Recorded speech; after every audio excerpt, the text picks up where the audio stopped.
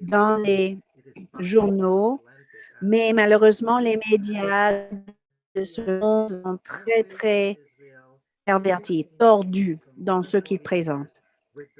Et nous, l'ambassade qui demeure depuis 40 ans en Israël, nous sommes au courant des réalités, des vérités.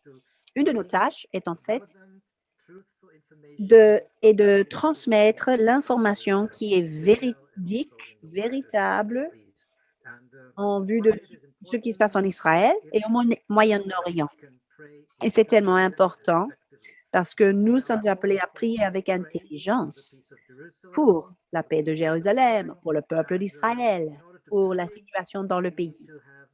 Mais pour prier correctement, il faut avoir les bonnes infos.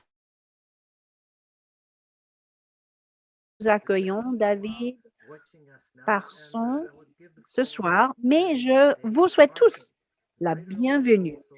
Vous tous qui êtes ce soir avec nous. Tiffany va suivre David sur quelques projets que nous avons. Mais premièrement, David, on vous donne la parole. Merci, Moïmir. Shalom, un shalom chaleureux de Jérusalem pour vous qui êtes connectés. Nous vous envoyons nos salutations en Afrique depuis Israël. Nous parlons des actualités et comme vous avez constaté, il y a beaucoup de choses qui se passent en Israël, des défis, des perturbations et certains de ces problèmes sont pareils dans d'autres pays du monde. Par exemple, la pandémie, c'était dans toutes les nations, mais d'autres problèmes sont uniques à Israël et à la région. Et heureusement, toutes les nations ne sont pas obligées de faire face à ce genre de problèmes. Depuis un an, plus qu'un an, Israël lutte contre la pandémie, fait face à ce défi comme vous tous. Israël a bien réussi à vacciner sa population, éradiquer la maladie. Il était le premier pays de commander les vaccins Pfizer et Moderna, tout en prenant un risque. Mais le dirigeant Benjamin Netanyahu a été une des premières personnes de se faire vacciner avec Pfizer. Et il a mis Israël sur le plateau comme une tentative, un test, si vous voulez, des vaccins. Mais il reste encore un peu difficile d'entrer dans le pays depuis l'extérieur, surtout de l'Inde, de l'Afrique du Sud. Mais en tout cas, à l'intérieur du pays, tout le monde retrouve son travail, l'économie commence à reprendre. C'est important. Mais pour réussir avec le virus, mais au milieu d'une crise politique, c'est quand même extraordinaire. Israël n'a pas eu un gouvernement stable avec un vrai mandat de la part de la population depuis environ 2 ans et demi. Ils ont fait 4 élections dans 2 ans et demi. Et à chaque fois, c'était sans résultat, sans majorité, donc impossible d'établir un gouvernement et donc obligé de refaire des élections. Mais ça, 4 fois de suite. Ça ressemble à un peu le gouvernement d'Italie. Les Italiens changent leur gouvernement tous les 6 mois et actuellement, Israël change son gouvernement tous les 5 mois. Et c'est surprenant que malgré tout cela, Israël démarre avec une économie plutôt forte. C'est un témoignage. En tant que nation, le peuple aussi est très fort et résilient. Et peut-être cela montre aux nations du monde qu'un grand gouvernement n'est pas forcément nécessaire pour continuer la vie. Les gouvernements ne sont pas parfaits Et alors, les populations peuvent apprendre à habiter sans un gouvernement fort.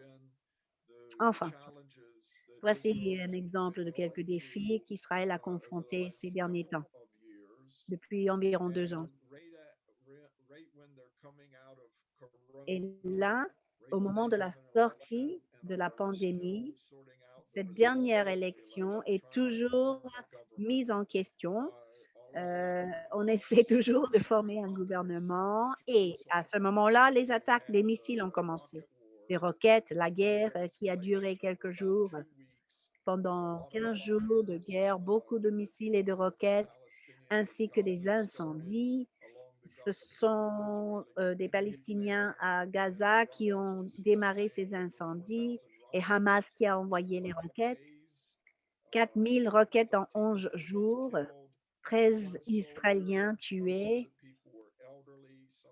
beaucoup de civils, surtout les personnes âgées sont décédées en courant vers les abris, des crises cardiaques, par exemple. Et Hamas a continué, et même des Arabes étaient tués. Donc, la majorité des personnes tuées étaient des civils. Un seul soldat parmi tous les tués, ce qui révèle vraiment combien sont méchantes les intentions de Hamas. Parce qu'une vraie guerre va cibler des militaires. Ce n'était pas du tout le cas de Hamas. Plusieurs roquettes envoyées à des grandes villes, Tel Aviv et d'autres. Mais vous savez peut-être que le système de défense israélien, qui s'appelle le dôme de fer, est assez efficace. C'est surprenant et je remercie le Seigneur pour cette protection, mais ça n'a pas réussi à tous les coups. C'est pour cela qu'il y avait par la suite la découverte de plusieurs tunnels, des représailles de la part d'Israël pour protéger sa population. Et donc, ils ont, ils ont découvert aussi que Hamas ou les Palestiniens dépensent tout leur argent pour s'armer et non pour s'occuper des besoins de ces populations. Et c'est le cas depuis des décennies. Maintenant, Hamas, c'est l'organisation terroriste la plus grande du monde maintenant et c'est une entreprise criminelle. Mais il ne tient même toute la souffrance de sa propre population. Et il sollicite des fonds, mais ils utilisent les fonds pour procurer des armes et non pour nourrir les personnes. Et ça continue, comme j'ai dit, depuis des décennies. Donc, il faudra vraiment cibler cette organisation et faire sortir de cette criminalité. Cette dernière guerre de roquettes a suscité une nouvelle vague d'antisémitisme dans le monde entier. Déjà, en raison de la pandémie, beaucoup de personnes, même dans l'Occident, ont accusé Israël. Même les pays les plus éduqués se permettaient d'avoir des théories de complotisme, etc., appelant Israël des menteurs. Ils ont appelé le virus la grippe des Juifs pour être accusatrices dans leurs propos. Et ils ont essayé de répandre une mauvaise réputation concernant Israël, comme quoi c'est un pays qui aime tuer des gens. C'est bizarre ce qu'on voit dans les médias. Même de voir le virus corona comme sujet de blâme, disant causé par Israël. Si on peut voir le côté positif à tout cela, la pandémie et la guerre, c'est le fait que de plus en plus de Juifs disent, mais notre avenir est en Israël, parce qu'on a une immense population de Juifs dispersés dans le monde entier, principalement en Amérique, en Europe, quelques-uns en Afrique du Sud, en Amérique latine, des lieux différents du monde entier et ils réalisent que c'est le moment de revenir à la maison. Le système médical, d'assurance sécurité et tout ça est beaucoup mieux en Israël que dans d'autres pays. La crise sanitaire était mieux gérée en Israël. La défense est beaucoup plus forte en Israël que dans d'autres pays. Et les Juifs sont moins menacés que dans d'autres pays où les populations musulmanes sont croissantes et agissent avec beaucoup d'agression. Donc, nous avons vu de plus en plus de vols ramenant les Juifs dans le pays et nous nous attendons à plus de cela, ce qu'on appelle en hébreu Israël. Nous avons pu aider environ 1200 Juifs cette année de retourner en Israël avec leurs frais de déplacement et d'installation pour qu'ils puissent se reconnecter à son peuple et à sa terre promise. Même dans les Nations unies, l'Assemblée générale des Nations unies, le Conseil des droits de l'homme et la Cour pénale internationale, tous ces éléments sont très importants. C'est important pour toi, Judicaël, d'être au courant de ces choses, ainsi que tous nos autres amis africains, des responsables. Il faut être vraiment au courant de comment vos nations votent dans ces forums des Nations unies, parce que votre gouvernement peut bien soutenir Israël ou le contraire. Il faut savoir ce que disent vos diplomates à Genève, à New York, où se trouvent ces réunions. Parce que parfois, ils suivent la majorité. Ils ne prennent pas position pour Israël. Il faut savoir si c'est le cas. Et c'est choquant. Israël a le droit de défendre ses citoyens et Israël fait très attention quand ils attaquent Hamas. Ils évitent les populations des civils, mais Hamas fait le contraire. Hamas cible les personnes âgées, des enfants, des écoles, des juifs, des arabes, peu importe. Pourtant, la Commission sur le droit de l'homme a décidé d'ouvrir une enquête sur Israël, sans parler de Hamas. Ils sont très, très méfiants au sujet d'Israël et ils ont commencé à chercher des crimes de guerre. Je trouve ça, je suis outrée de découvrir cela. Mais c'est très commun, ça fait partie de nos défis. Et nous, à l'ambassade chrétienne, faisons face à ces choses-là.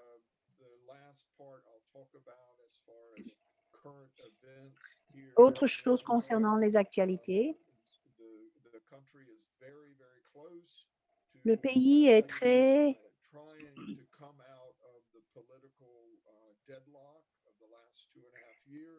près d'une solution finale pour cette crise politique où on n'a pas pu établir un gouvernement. Parce que d'un côté, sur la droite, tu as les partis sionistes et à gauche, tu as une partie islamiste, musulman en tout cas, mais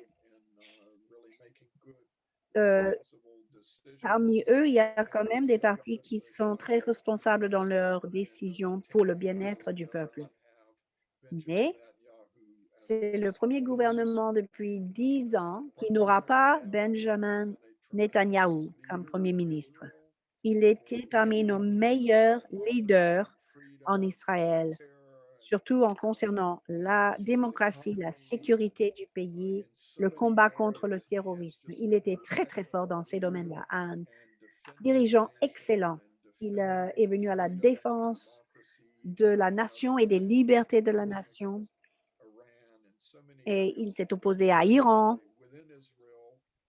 mais au sein du pays, il était accusé de corruption. Et pourtant, les populations sont très fières de leur démocratie.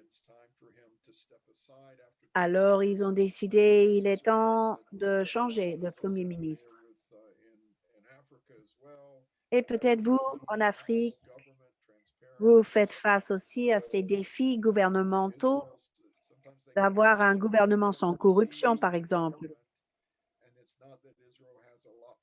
Israël n'a pas plus de défis dans ces domaines-là, mais ils ont du mal à trouver la racine et déraciner les causes. Donc, l'ancien Premier ministre doit répondre à beaucoup d'enquêtes et de questionnements. La nation est divisée à son sujet, mais de plus en plus de gens disent non, il est temps pour lui de sortir et éventuellement se faire réélire, mais les gens en général ont plus de confiance dans un nouveau gouvernement. Bon, c'est quelque chose que nous veillons sérieusement, nous prions pour cela. Et dimanche va valider les résultats des élections, confirmer leur choix. Et ça sera à nous après d'accepter les choix du peuple, non? Malgré les controverses.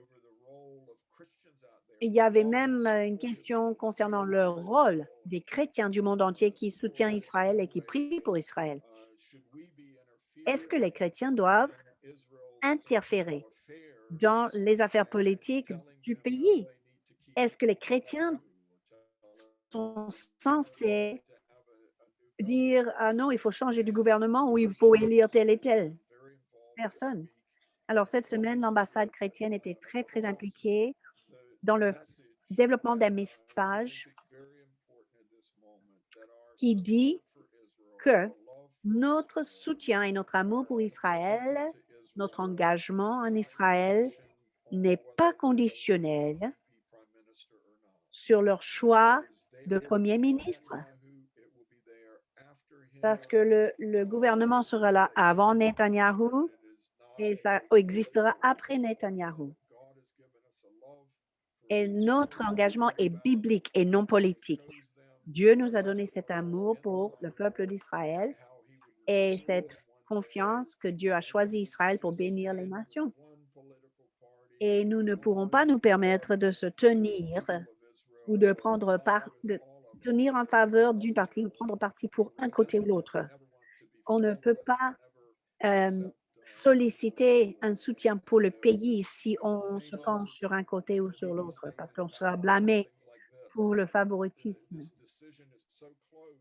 Et surtout maintenant, parce que les deux côtés sont tellement rapprochés. Sur 120 membres du Knesset, du Parlement, il faut 61 pour avoir la majorité.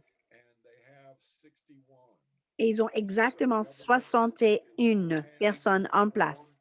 Mais une personne décide l'avenir de ce gouvernement. Une majorité si petite.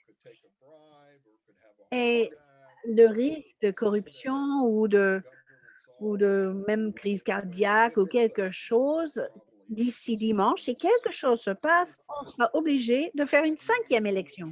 C'est très fragile. Nous vous demandons de prier pour toute la nation sans insister qu'on vote d'un côté ou l'autre. Nous ne sommes pas appelés à persuader les gens de regarder politiquement la situation. Ce n'est pas notre appel, ce n'est pas notre vocation. D'ailleurs, ce n'est pas ce que Ruth a exprimé à Naomi dans le livre de Ruth. Dans la Bible, l'Ancien Testament, c'était très clair. Elle était moabite, elle était non-juive. Et si vous comprenez cela, et surtout ce contexte, les Moabites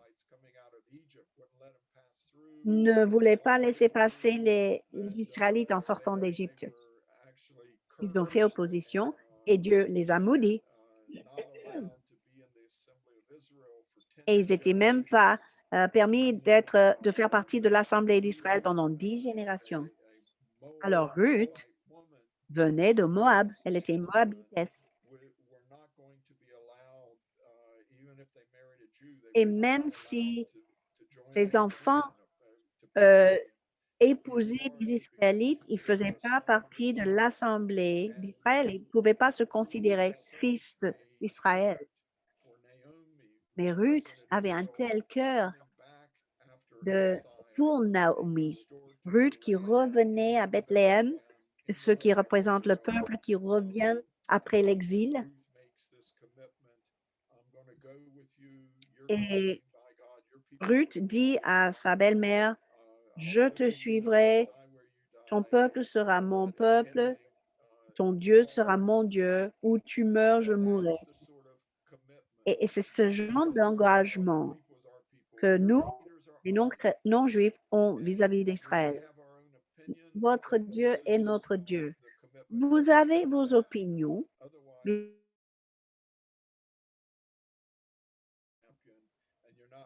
vous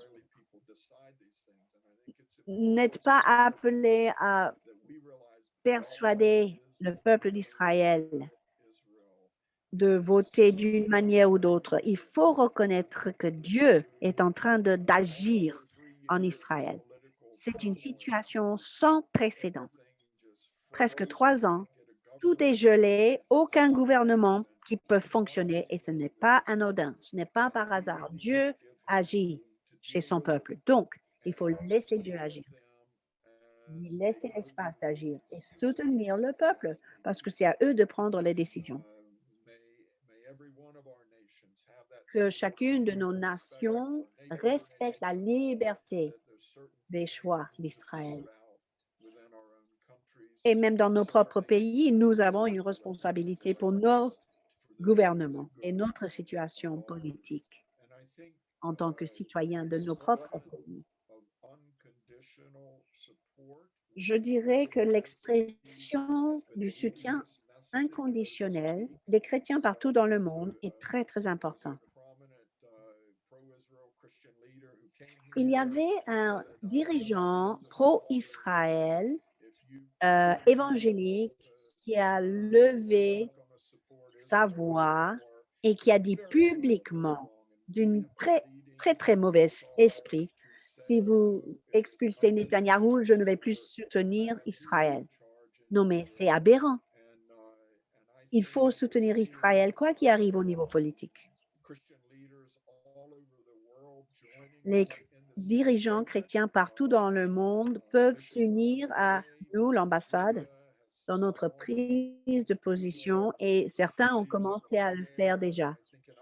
Je pense que le responsable en Nigeria, en Côte d'Ivoire, déjà, et en Amérique latine, en Amérique du Nord, en Europe, en Asie, beaucoup de dirigeants, des responsables chrétiens très connus dans leur nation ont verbalisé leur soutien d'Israël en tant que peuple.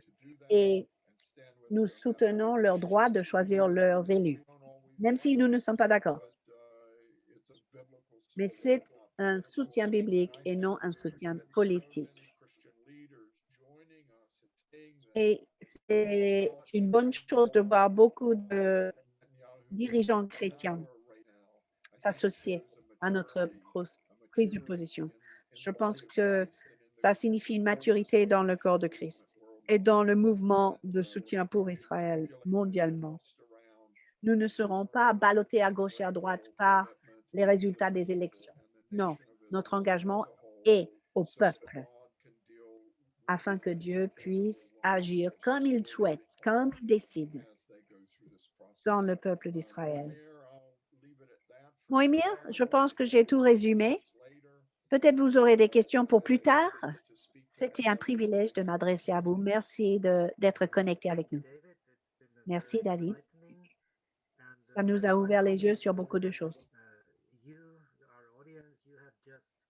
Vous, nos auditeurs, vous avez entendu ce que nous pratiquons selon notre mission. Nous sommes là pour fournir de l'information compréhensible pour que vous puissiez apprendre ce qui se passe réellement en Israël. En plus, une autre chose est connectée.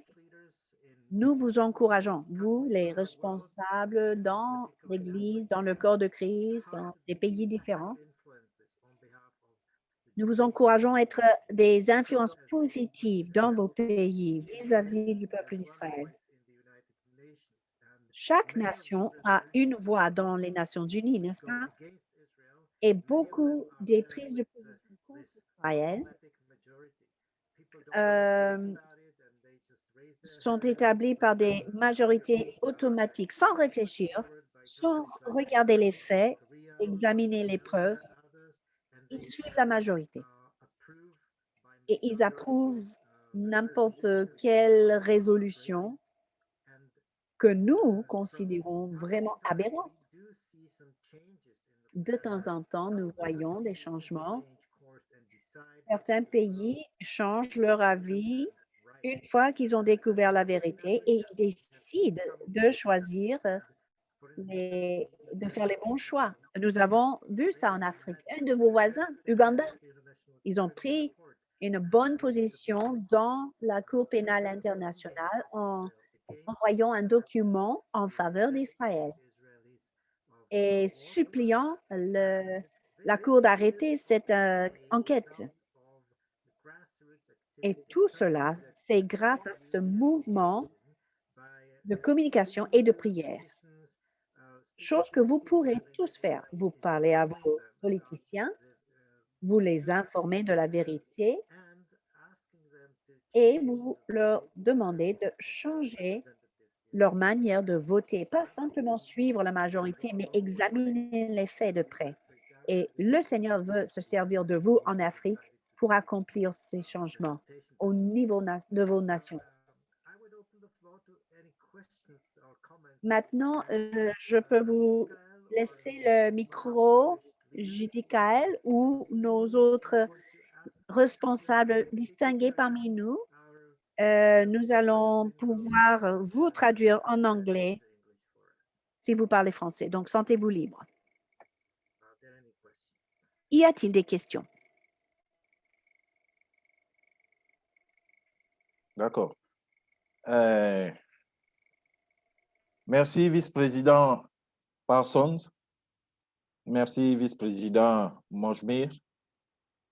Du côté du Gabon, les responsables me signalent qu'ils n'ont pas de questions. Il n'y a pas de questions particulières à poser. Et même mon père, le président Doukou, a apprécié le discours du vice-président Parsons parce que le discours du vice-président David, en fait, ressemble à ce que nous a dit le président de notre communauté lors de la session dernière. Au terme de la session, il a effectivement reprécisé le rôle de l'Église aux côtés d'Israël. C'est un mandat, c'est un engagement biblique, c'est une contribution spirituelle. Et nous laissons Dieu choisir maintenant les instruments politiques. Alors, les instruments politiques, Dieu peut les choisir n'importe où, n'importe quand. La Bible nous enseigne que Dieu a choisi le roi Cyrus pour délivrer Israël. Cyrus n'était pas juif. Donc, c'est ce que mes pères nous ont dit et redit tout à l'heure. Le président Doukou lui-même va réitérer ce discours-là de sa propre bouche. Donc, c'était pour dire que merci vraiment pour cette introduction. Je voudrais, avant de revenir avant de donner la parole à mes pères, je vais donc présenter succinctement les participants africains. Il y a d'abord ce soir encore le président d'honneur et coordonnateur général de la conférence ICJ au Gabon. Voilà, c'est le pasteur Ndoukou. Il est le leader national de la communauté qui organise la conférence. C'est une communauté qui s'étend sur l'ensemble du territoire national. Toutes les provinces et pratiquement tous les départements du pays ont une église locale de cette communauté. Et c'est une communauté qui a à peu près, en fait, qui a plus de 30 000 membres sur le territoire. Plus de 35, voilà, il vient de 45, ok, il a rectifié parce qu'on est dans la même salle. Notre communauté a plus de 45 000 membres sur le territoire national. Donc, c'est vous dire que vraiment, c'est un honneur pour nous que cette communauté ait accepté d'abriter la conférence parce que au travers de cette communauté, le message de l'ambassade chrétienne, nous croyons, va être diffusé au Gabon. Le président Victor est assisté ce soir encore de son vice-président, le révérend Samuel Niabor. Voilà. Et nous avons en ligne le docteur Ricky Mévian. Le docteur Ricky Mévian, c'est un des leaders messianiques au Gabon.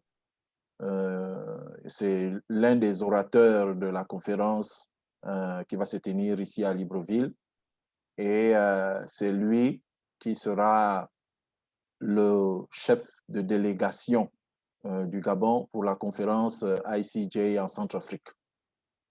Ça, c'est pour ce qui est des leaders ecclésiastiques et messianiques qui sont connectés en ce moment. Vous avez aussi, en effet, une crème de l'élite politique de la nation. Vous avez Maman Honorine Nzé-Bitege.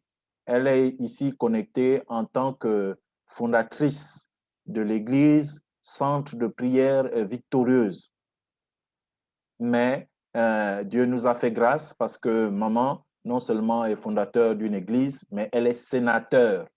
Elle est au Sénat du Gabon. Donc, vous comprenez que, vice-président David, tout ce que vous avez dit, considérez à partir d'aujourd'hui que la Chambre haute, par l'entremise de sa servante, a écouté et l'Éternel se chargera du relais de l'information à sa manière.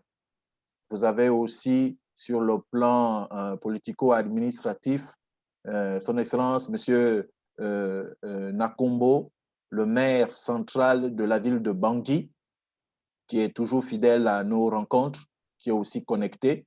C'est vous dire que l'Afrique centrale est représentée non seulement sur le plan ecclésiastique, mais sur le plan politico-administratif. C'est l'occasion pour moi encore de vous dire, surtout à vous, le vice-président Mojmir, combien les leaders religieux et politico-administratifs de l'Afrique accordent du crédit à cette rencontre de Libreville. Et c'est le témoignage que Israël prend de plus en plus de place dans nos cœurs. Donc, je vais d'abord m'arrêter là et puis donner la parole à Papa Ndoukou, qui va d'abord parler pour le cadre de la communauté de l'Alliance chrétienne avant qu'on ne continue. Donc, je vais d'abord m'arrêter là et puis donner la parole au président.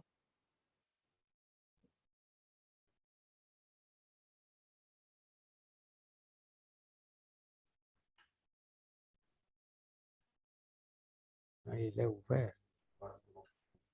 Je voudrais vous remercier et une fois de plus bénir le Seigneur pour toutes les nouvelles de tout à l'heure de la part du vice-président. Nous croyons que le Seigneur est au contrôle pour cette conférence. Certes, l'Église veille sur la transmission du message pour le salut. Certes, il y a des chrétiens qui prient en dehors des dimanches, qui prient pour la tenue et le bon déroulement de cette conférence.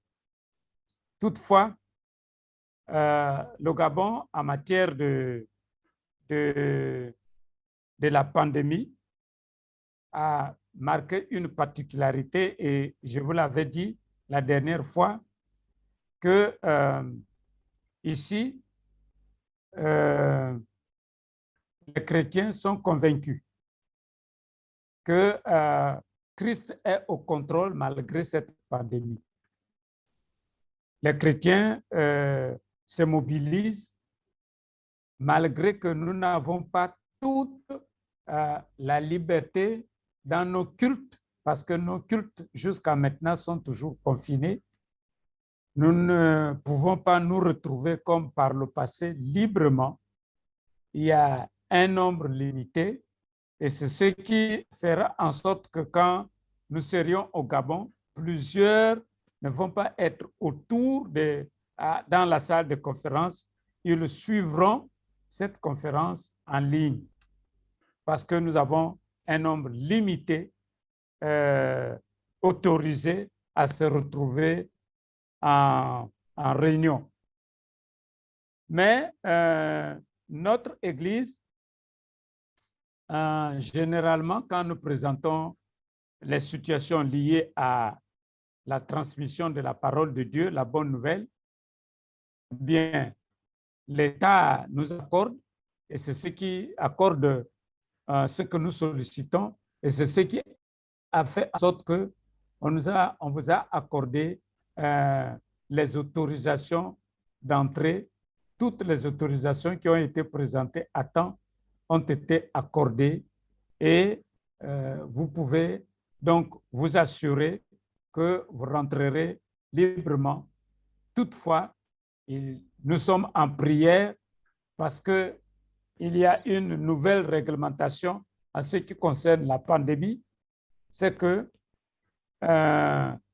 les étrangers qui viennent pour une première fois ou ceux qui viennent des pays étrangers sont obligés de faire une quarantaine dans l'hôtel. Nous sommes en train de prier pour cette situation parce que nous ne souhaitions pas que vous soyez mis sous une quarantaine quelque part dans un hôtel avant de nous rejoindre. Nous sommes en train de prier et nous croyons que le Seigneur agira selon sa volonté.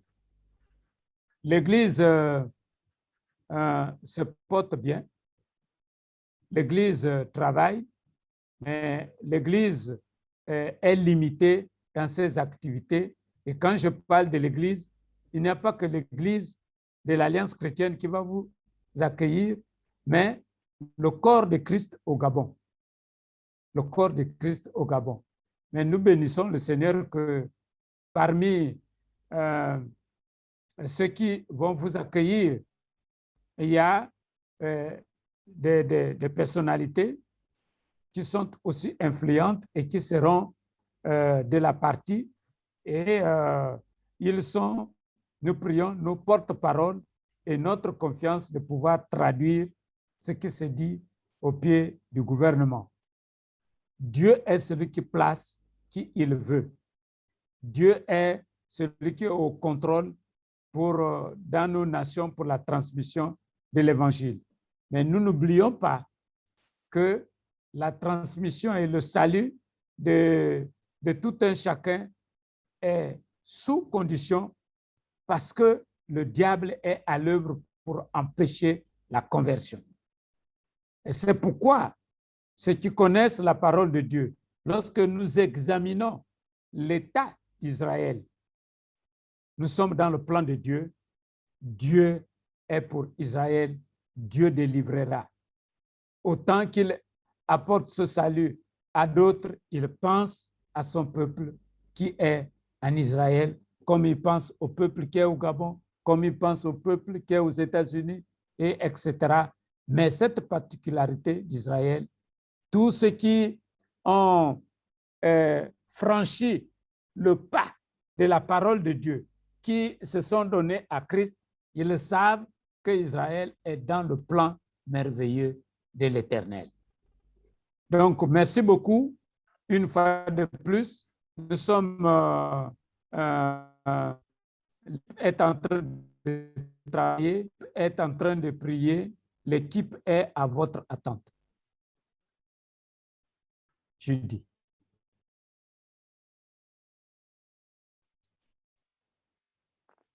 Merci, vice-président Mojmé.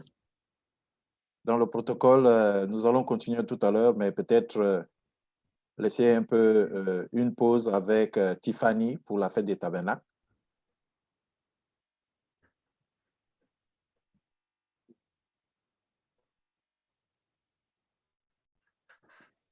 Of course, Bien shalom. sûr, shalom, bonjour, Mademoiselle and Monja. messieurs, dames. I hope I'm speaking right French. You're but close. Good evening and shalom to everybody here on the stream. Shalom And we are coming to you live à once vous more tous qui êtes from connectés Jerusalem, Israel. depuis Thank you so much, Jérusalem. David, Merci, David, for pour ton enlightening us partage, about affairs and what tes explications. a blessing it is really, Judicael, C'est une immense and bénédiction, blessing Judicaël, to hear words of de vous encouragement entendre et and ainsi que hope Président in your Victor, country. de voir ce que le Seigneur fait dans votre pays. C'est tellement encourageant. Je vois comment il suscite en vos cœurs cet amour pour la prunelle de ses yeux. Et à ce sujet, notre quartier général prépare la fête des tabernacles, comme vous le savez, les dates du 20 au 27 ou 26 septembre 2021, et nous sommes très, très passionnés.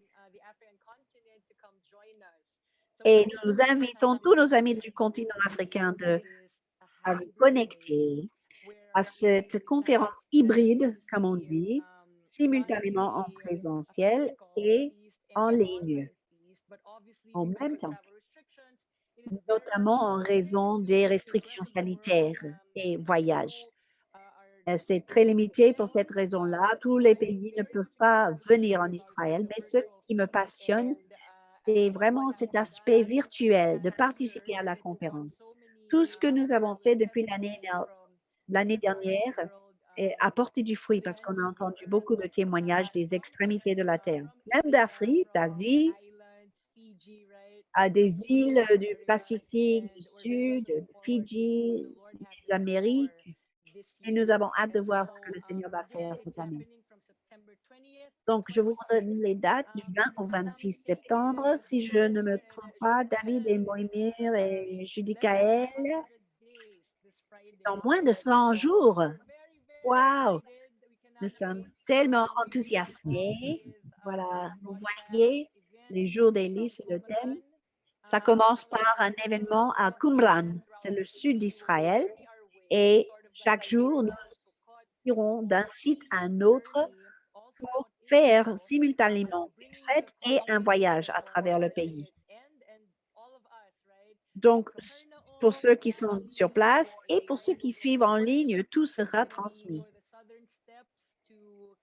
Le deuxième jour, quatrième jour, nous ferons le défilé des nations avec les drapeaux de toutes les nations sur les marches du sud du temple. Nous irons au Kotel, le mur occidental, pour un temps de prière. Et nous allons terminer la semaine sur le mont Carmel, où Élie a vaincu les prophètes de Baal. Il y a beaucoup d'activités toute la semaine. Et nous sommes très, très enthousiasmés par la possibilité de vous voir connectés jour après jour pendant cette fête. Mais comme vous avez compris, c'est un temps spécial désigné par Dieu pour toutes les nations. Si votre dénomination, votre alliance, votre famille, votre nation participe à la fête des tabernacles, vous allez libérer sur vos bien-aimés une bénédiction parce que l'Éternel est honoré par votre participation à la fête. C'était parmi les mandats d'observer les fêtes de l'Éternel qu'il a donné à son peuple. Et nous attendons à ce que le Seigneur accomplisse des miracles. Vous avez vu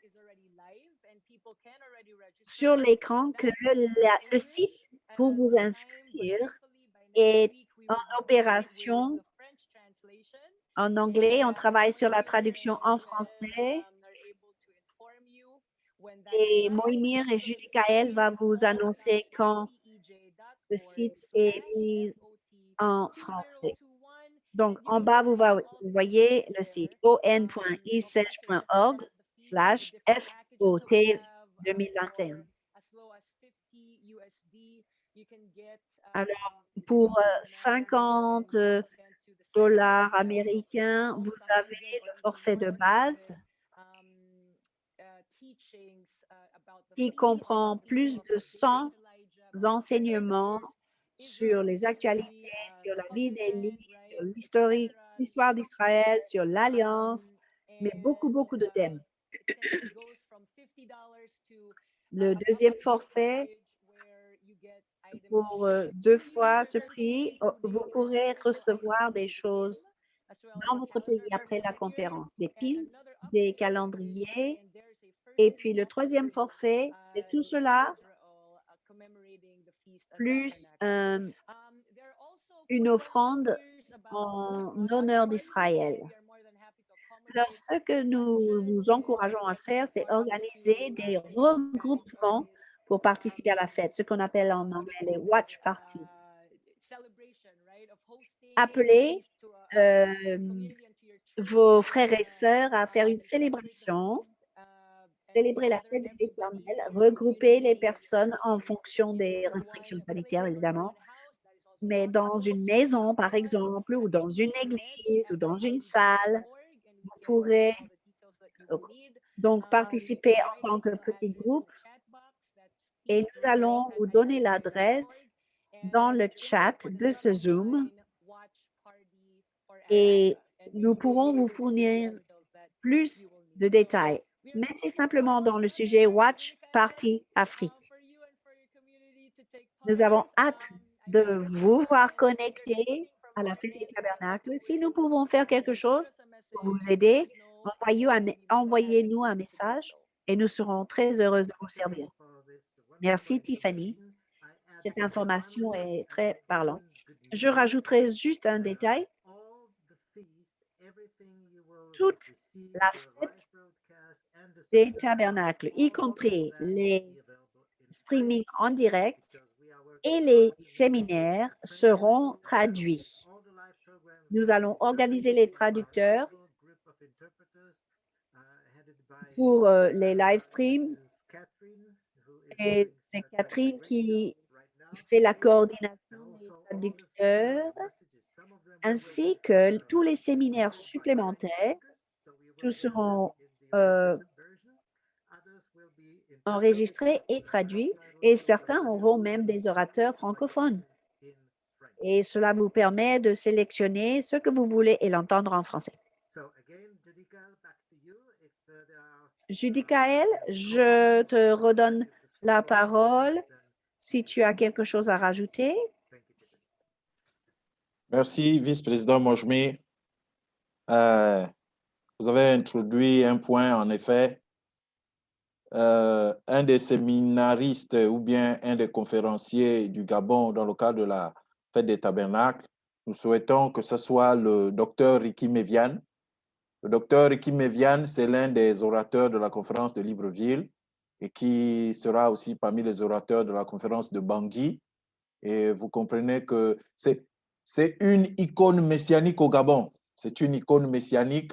Et donc, je ne sais pas s'il peut ouvrir sa caméra et puis dire quelque chose par rapport à tout ce que nous venons d'échanger.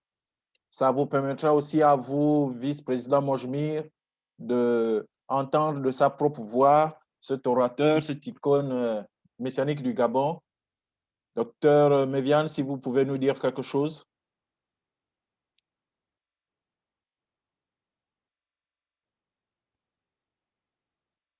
Oui. Oui. Plus fort. Je ne sais pas si vous m'entendez. Un peu plus fort, un peu plus fort. Ok, j'essaye.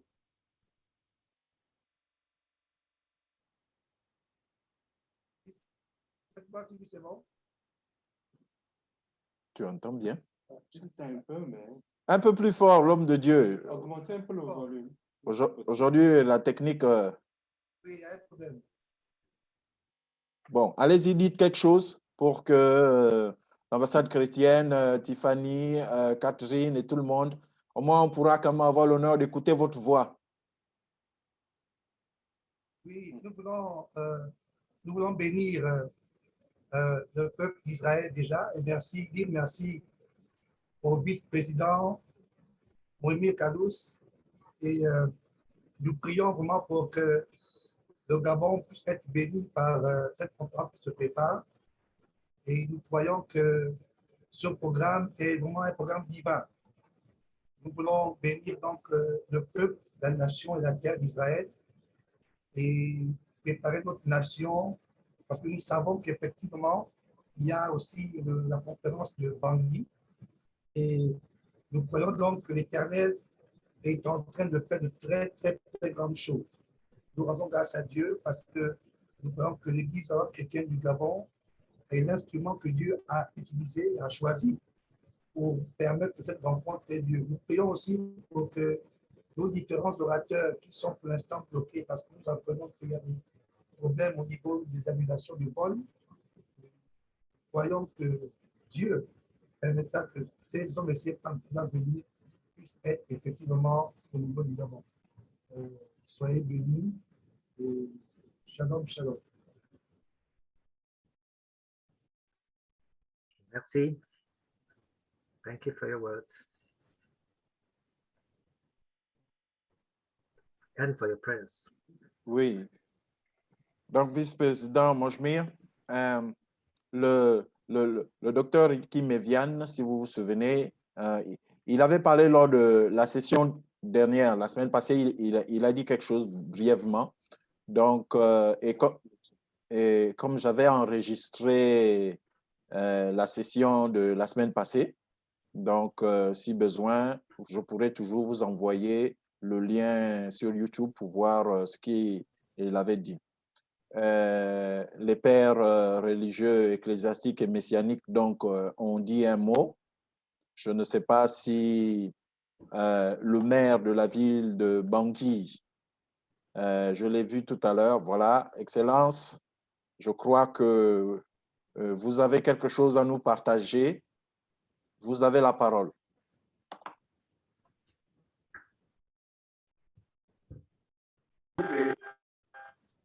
Bénir ce moment, demander à notre Seigneur d'être toujours avec nous dans sa bénédiction et sa grâce et faire de telle sorte que les problèmes que nous connaissons du fait que beaucoup ne sont pas enfants d'Israël et beaucoup ne partagent pas la foi, qu'on ait plus d'enfants d'Israël qui soient à des postes de décision. Vous voyez, la guerre, nous la connaissons un peu partout. Les divisions, les provocations. Mais tout cela vient de qui? Tout cela vient du diable. Quand on est enfant d'Israël, Dieu éclaire notre chemin.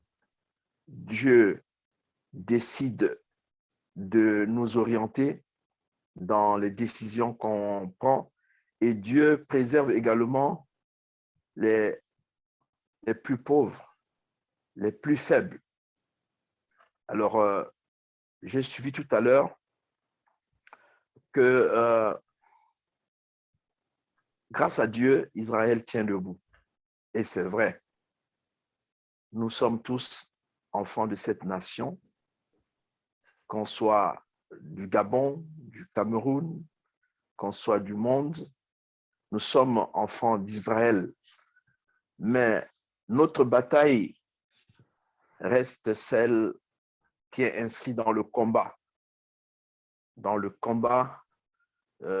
du partage de la foi chrétienne, d'enfants de Dieu, d'enfants d'Israël. C'est un combat, c'est un véritable challenge, comme on le dit, parce que l'amour de Dieu tient tout ce combat-là. Nous devons tous, de part et d'autre, que nous soyons leaders religieux, leaders politiques, leaders familiales, que nous soyons en amitié, que nous soyons même en discussion, en dispute, en désaccord. Dieu devrait être notre point de rechute, notre ossature, notre socle. Et si nous le partageons véritablement, je pense que les problèmes que nous connaissons aujourd'hui ne verront plus jour dans la mesure où tout le monde sera convaincu et nous serons dans cette grande famille d'Israël, famille d'enfants de Dieu. C'est pour cela que la conférence de Libreville va être une occasion en or pour nous de rencontrer le président, de rencontrer le vice-président, de rencontrer nos frères d'Israël sur le territoire d'Afrique. Et je pense que cette rencontre de Libreville va être un grand départ, un renouveau pour tous les pays de l'Afrique centrale, qui est le cœur de l'Afrique. Et je suis convaincu que Dieu a éclairé cette voie, Dieu ouvrira les voies, Dieu fera de telle sorte que les vols soient assurés, Dieu fera de cette sorte que tous les décideurs qui ont quelque chose à dire sur les urgences sanitaires fassent en telle sorte que la conférence Libreville soit effective et que tous ceux qui partiront de là, pour nous c'est un pèlerinage, qu'on parte avec l'impression, la marque d'Israël pour ouvrir les portes, frayer les chemins à nos frères qui sont restés dans nos pays et faire que plus jamais et à grand jamais, qu'on ne soit loin d'Israël, que nous nous tenons la main et que la fête du tabernacle soit une fête qui se fête, excusez-moi la répétition, qui se fête dans nos familles, dans nos pays, dans nos villes, et que l'Église de Dieu, le peuple d'Israël, soit notre appartenance à nous tous. Et je suis convaincu que Dieu est en train de nous éclairer depuis que nous tenons ces conférences, surtout pour nous en Afrique. Dieu est en train de se révéler, mais se révéler véritablement à ce que nous soyons engagés. Dieu veut de nous un engagement. Dieu veut de nous des actions. Dieu veut de nous, Israël veut que nous soyons ses enfants, mais en action, en vision. Voilà un peu ce que je peux dire et je demande à Dieu encore de bénir les uns et les autres, le président, le vice-président, Tiffany, de bénir tout le monde, de bénir ses frères et ses sœurs qui s'engagent aujourd'hui.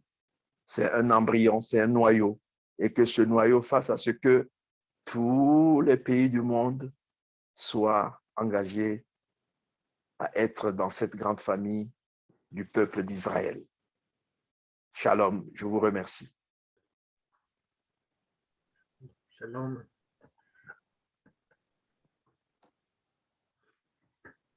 Merci, Excellence. Particulièrement, je suis touché par ce discours. C'est un discours fédérateur. C'est un discours qui fédère l'Église, Israël et le monde politico-administratif. Excellence, je vous témoigne mes félicitations parce que vous êtes pour nous, l'Église, un porte-parole, un porte-étendard. Vous êtes un instrument. Là où vous êtes en tant que maire de Bangui, vous êtes vraiment un porte-parole, un porte-étendard et que l'Éternel vous soutienne afin de porter la lumière de l'Évangile partout où il vous permettra. Puisse-t-il vraiment se servir de vous dans les sphères politiques et pour faire passer le message. Merci, Excellence, pour cette contribution.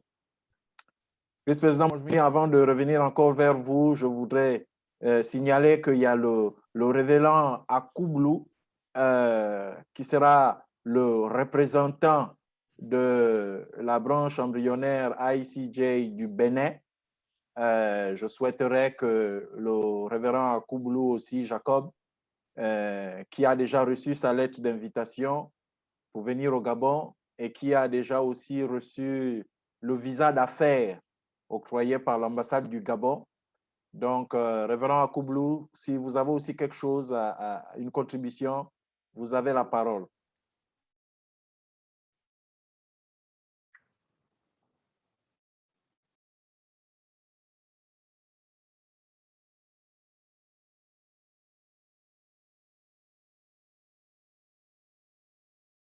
j'étais un peu, pas découragé, mais j'ai la foi, mais au travers que le fait que les billets et l'agence sont en train d'annuler les vols à tout moment, j'étais un peu triste parce que je ne voudrais pas manquer cet événement de Gabon. Et Dieu merci, nous avons prié et je sais que tous les groupes d'intercession qui ils sont au Gabon et a beaucoup intercédé, effectivement, que le jeudi à 13h, j'ai pu avoir ma place, mon billet et tout, et confirmé. Donc, je suis ravi d'être parmi mes frères au Gabon pour l'avancement de l'œuvre. Ça, c'est la première des choses. Et aussi, la deuxième chose, c'est que encore, je demande toutes mes excuses parce que je me suis connecté un peu en retard. Je viens directement d'une audience à Grand Bassam, comme ça. Et c'est toujours aussi dans le cadre d'aider les veuves et les orphelins pour aller défendre leurs dossiers. Et c'est très important. Et je veux aussi que le Gabon, ce qui va se passer, comme j'ai vu la partie où j'ai pris, comment on appelle, d'assaut, l'intervention de M. le maire tout à l'heure. Et je pense qu'il y a beaucoup de choses qui vont se passer, qui vont se dire pour le corps ecclésiastique, pour que nous qui sommes les représentants et porte-parole des ambassadeurs internationaux de ICJ, surtout messianiques, alors je pense que beaucoup de choses vont se passer pour que nos messages soient beaucoup pris en compte auprès de nos autorités. Et parce que ce que M. le maire vient de dire, c'est très important pour nous. C'est très important, mais c'est pour cette raison que j'ai dit que on a beaucoup de choses à dire au vice-président. Si le Seigneur permet qu'il soit chose au Gabon, ou le président lui-même vient au Gabon, ça sera vraiment une chose très importante pour nous, pour pouvoir échanger correctement sur les deux volets, le volet politique et aussi le volet ecclésiastique. C'est très important pour nous, pour le développement, aussi pour comment nous pouvons aider le corps de Christ, parce que mon constat personnel, c'est que l'Église indépendante sont marginalisées par les églises missionnaires. Et c'est le constat, que ce soit ici en Côte d'Ivoire comme au Bénin, partout où je vais, c'est le constat que je vois pour les leaders qui ont été financés par, soutenus par les moyens internationaux et tout ça. Donc, je pense que on a beaucoup de choses à dire pour pouvoir donner notre contribution aussi de la manière ICJ vont, comment on appelle-t-on, ICJ vont considérer que l'œuvre que nous sommes en train de faire n'est pas une œuvre pour une personne ou un individu, mais c'est pour l'œuvre de Dieu et c'est pour le bien-être aussi, comment on appelle-t-on, l'avancement pour l'œuvre de Dieu pour Israël. Mon intervention aussi va aller à l'endroit de comme nous allons nous retrouver à chose au Gabon. Alors, concernant Tabernacle, j'ai des propositions, j'ai beaucoup de choses aussi à dire en ce sens pour la fête des Tabernacles, parce que pour envoyer les gens en Israël, c'est important aussi, aussi pour être connecté individuellement chez nous, rester dans notre pays, c'est important. Mais il y a aussi des parties, des choses clés que nous devons échanger avec le président et le vice-président, que j'ai déjà préparé toutes ces choses-là par la grâce de Dieu. Donc, tête à tête, on va en parler de beaucoup de choses là concernant la fête des Tabernacles. Parce que l'année passée, comment ça a été passé, et cette année, comment ils sont en train de s'organiser, c'est bien, mais chacun de nous a quelque chose à dire pour contribuer pour bien organiser la chose. Merci. Merci.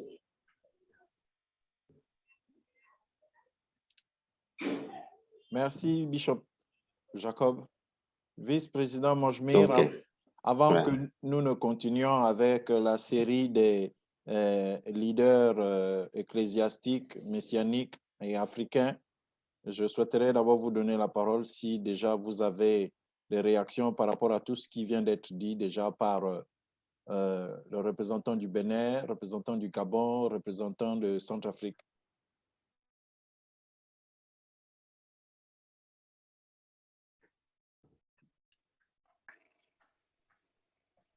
Thank you, Judika. First of all, Merci, Judicaël. Tout d'abord, ça me plaît énormément de voir le nombre de personnes des pays différents représentées autour de cette table. Nous avons déjà rencontré Bishop Jacob en Libéria dans une de nos conférences.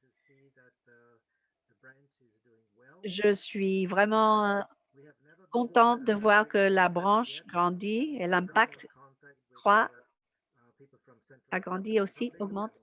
Et de voir les représentants de Cameroun et de Centrafrique, c'est une joie particulière pour moi. Et j'ai hâte de vous rencontrer face à face, mais pour le moment, contente de vous voir sur l'écran. Vous avez bien fait de les inviter. Judicaël. Ce que nous voyons dans le monde entier, c'est ce phénomène des pays voisins qui se réunissent, qui partagent des choses en commun, la même langue, par exemple, ou une histoire en commun. C'est très naturel alors pour le Seigneur de les réunir pour travailler ensemble, une famille qui se soutient, qui s'aide mutuellement. Nous pourrons vous aider, partager nos expériences et surtout, nous pourrons prier les uns avec les autres. Et je suis ravie de voir cette collaboration parmi vos nations. Et nous sommes là pour vous soutenir. Et à travers cette conférence, je crois que la conscience du Dieu d'Israël et des projets pour Israël va se répandre. Nous sommes une ambassade qui vous connecte. Dans vos villes, dans vos pays, nous pourrons vous aider à vous connecter directement à Israël. Et je suis ravie de voir ceci développer en Afrique. Merci, vice-président Mojmir. Si vraiment vous pourriez imaginer combien ici au Gabon, tout le monde attend de vous voir. On me pose parfois des questions.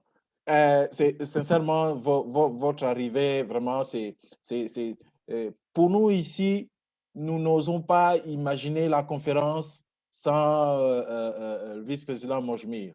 Donc, vraiment, ici, on prie.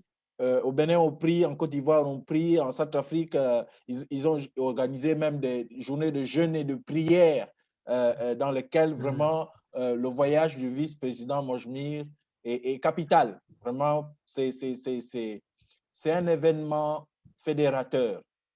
Un père messianique m'a dit vraiment, c'est une des réponses des prières depuis peut-être 20 ans déjà.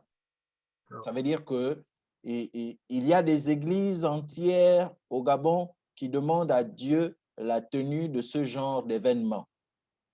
C'est assez rare chez nous au Gabon et peut-être en Afrique centrale d'avoir ce type de rencontre autour d'Israël et qui fédère plusieurs pays en même temps en un seul lieu.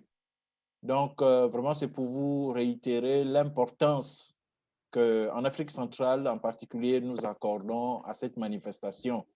Les pères disent que assurément, il y a la main de Dieu dans cette manifestation. C'est pourquoi je voudrais demander à un autre des orateurs du Gabon, le pasteur Makocho, j'ai vu qu'il était ouvert, comment il se prépare dans son église locale par rapport à cette conférence.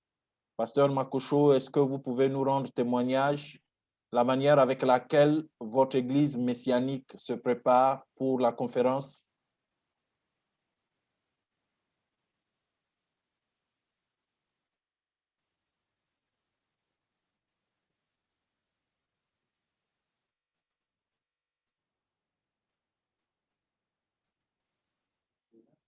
Oui, il était là. Bon, en entendant qu'il... Il est revenu. Pasteur Makocho, vous avez la parole.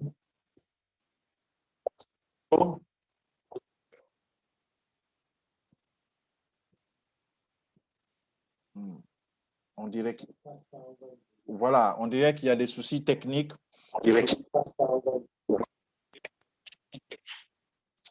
En entendant Papa Ndoukou peut-être nous représenter l'Alliance chrétienne, son envergure, ses activités, sa création, en entendant que Papa Makocho se connecte. Papa Ndoukou, je sollicite la présentation de l'Église de l'Alliance chrétienne et missionnaire du Gabon.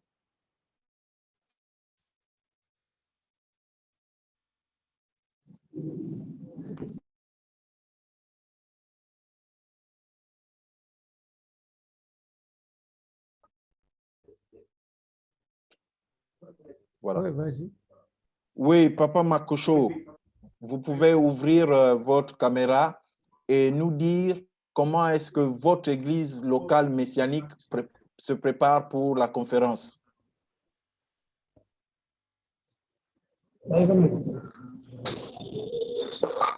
Oui, merci. L'église se prépare avec les bonnes conditions et nous sommes très heureux d'accueillir cette conférence que après 20 ans de prière, Dieu a exaucé, n'est-ce pas, nos prières pour abriter cette conférence. Et nous savons que Israël, n'est-ce pas, est la racine de notre foi ecclésiastique. Et nous serons très heureux, n'est-ce pas, d'abriter cette conférence pendant les 3 jours. Et, n'est-ce pas, ce ne serait qu'un départ pour la sous-région. N'est-ce pas, nous attendons à un réveil qui va s'éclater après cette conférence, croyons et nous avons foi. Et toutes les équipes sont tellement assemblées, n'est-ce pas, que ce soit du côté de l'Alliance, que ce soit du côté messianique. Nous sommes tous unis, n'est-ce pas, dans l'organisation. Et nous bénissons pour, n'est-ce pas, les délégations qui viendront de part et d'autre, en particulier la Centrafrique, Israël, le Cameroun, je pense au Bénin. Et avec la grâce de Dieu, ils ne seront pas déçus lors de cette conférence avec les orateurs, n'est-ce pas, de la place. Et nous allons écouter d'autres choses parce que Israël, pour nous, n'est-ce pas, c'est une plaque incontournable de notre racine de la foi. Parce que nous savons que les pères, n'est-ce pas, les premiers pères, les premiers prédicateurs, c'était des Juifs. Et nous suivons leur pas, malgré qu'après un temps, nous avons été déconnectés et toutes ces choses, nous entendrons, n'est-ce pas, lors des 3 jours, lors des sessions, lors des 3 jours de la conférence. Et je bénis le Seigneur pour tout le monde est en mouvement ici au Gabon pour, n'est-ce pas, appliquer cette merveilleuse conférence. Et je sais que le Seigneur va se manifester dans sa grandeur.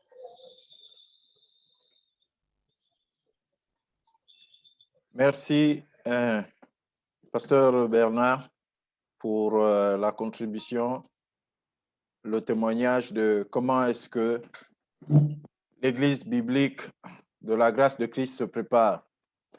Pour la boucle des intervenants en Afrique, je ne sais pas si Maman Honorine, parce que je la vois nommément, elle est en sourdine. Si Maman Honorine souhaite rendre témoignage de comment son Église se prépare, Maman Honorine, vous pourrez, voilà. Maman Honorine est la fondatrice de l'Église Centre de prière victorieuse et Dieu lui a fait la grâce d'être sénatrice et donc représentante de l'Éternel en milieu politico-administratif. Maman, nous vous donnons la parole.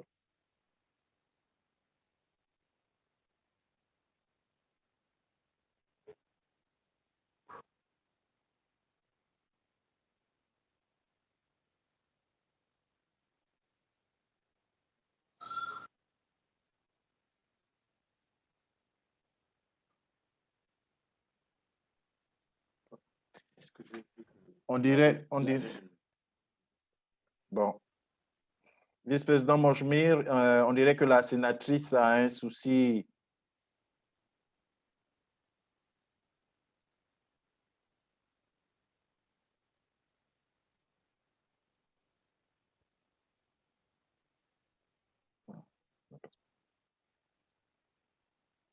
OK. Catherine, juste, si Tiffany, juste encore un dernier rappel sur la fête des tabernacles. Ah. Elle est là-haut. Oui, en entendant que Maman Honorine se connecte, Tiffany, s'il te plaît. OK, elle est connectée. Tiffany, on va revenir tout à l'heure. No problem. Bonsoir, Maman Honorine. C'est un honneur, une joie d'avoir parmi nous une mère. Les autorités ont déclaré la décennie de la femme. Et donc, c'est effectivement la représentativité de la femme en milieu ecclésiastique et messianique. Donc, maman, nous aimerions vous écouter. Comment est-ce que le centre de prière victorieuse se prépare par rapport à cette conférence? Bonsoir, toute la gloire revienne à Jésus-Christ. Nous nous préparons évidemment comme tout le monde dans la prière d'abord, parce qu'il est écrit que la prière change les choses. Donc, quand Dieu a déjà décidé de quelque chose, quel que soit le plan que l'ennemi peut faire, ces plans vont échouer. Et c'est ce que nous disons à Dieu pour que la conférence ait lieu. Ce qui est dommage, comme vous-même vous l'avez dit, vide là, nous ne pouvons pas nous retrouver comme d'habitude lorsqu'on célèbre une fête chrétienne au Gabon. Mais nous savons que tout va bien se passer. Par rapport au message du vice-président tout à l'heure, je pense que c'est acté que Israël reste Israël et toutes les nations répondent à Israël. Or, malheureusement, beaucoup continuent avec le message de la substitution. Et c'est dommage. Nous croyons donc que pendant cette conférence, les écailles vont tomber des yeux et que ceux qui rejettent ce message-là vont être enseignés parce que Dieu lui-même dit qu'il ne tient pas compte des temps d'ignorance. Nous ne les condamnons pas, mais nous qui avions eu la grâce d'aller en Israël, Dieu nous a aidés à comprendre ce message-là. Nous prions également pour les autorités afin que tout ce qui se passe là soit complètement anéanti, afin que les gens puissent venir comme ils veulent au Gabon pour cette conférence. Nous prions également que rien ne manque à cette conférence parce que Dieu lui-même a dit que l'or et l'argent lui appartiennent. Que rien ne manque, que Jéhovah Jireh pourvoit à tout et que tous ceux qui viendront puissent séjourner correctement et puissent retourner également dans la paix. Voilà un peu comment nous nous préparons au centre de prière victorieuse par rapport à cette conférence-là.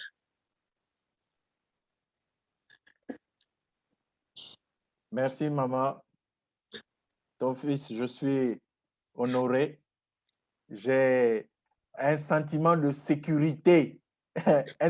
un sentiment de sécurité, tu vois, comme quand un enfant, il va à un examen, à une épreuve, et il voit à côté de lui, il y a son père, il y a sa mère, il y a ses oncles, il y a... Non, mais maman, là, je suis fort, là vraiment,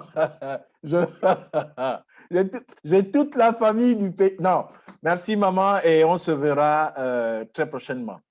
Vice-président Mojmir, je crois que depuis là où vous vous trouvez physiquement, vous avez un aperçu de la catégorie des autorités qui se préparent rien que pour vous accueillir, pour accueillir l'ambassade chrétienne. Et au travers de vous, c'est tout Israël que physiquement nous attendons. Donc, l'essentiel du tour a déjà été dit de la part de ceux du Gabon, de son Excellence du côté de Centrafrique, de Côte d'Ivoire, Bénin. Je vous redonne la parole. Pour notre part, nous avons dit l'essentiel pour cette session.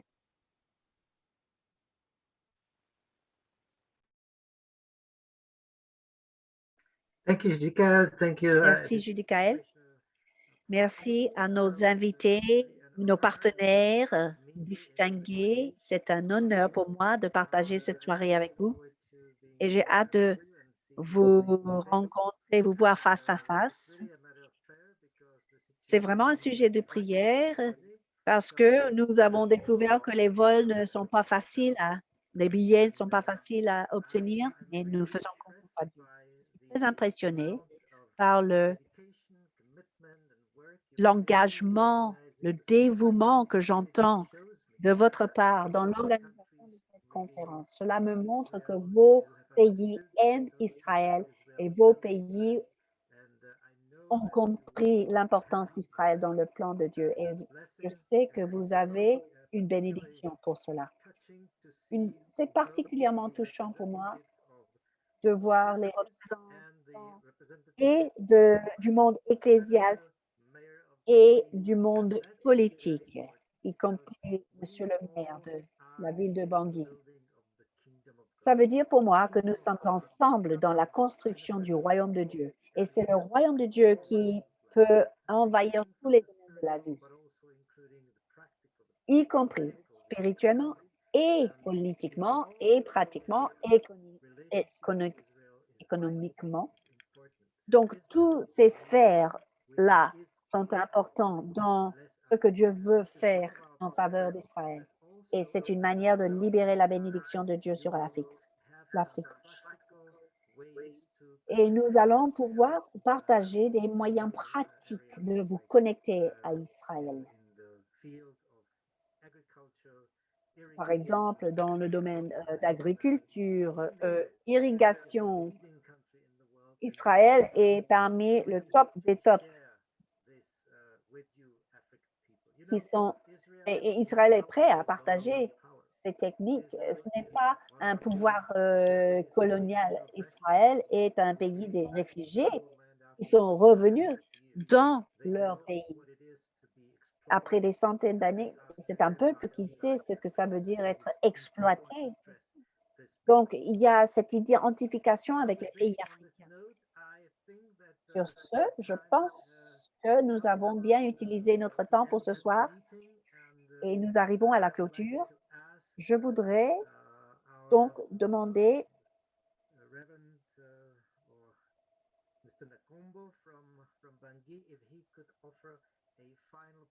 notre frère, le pasteur Nakombo de Bangui, s'il vous plaît, vous voulez bien prier la clôture de cette réunion? Merci.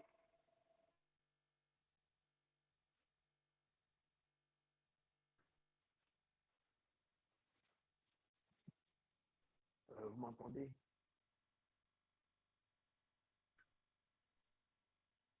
Nakosho, c'est toi. Non, Nakombo. Makombo. Nakombo Emile. Emile Nakombo. Il a ouvert. Vous m'entendez? Très bien.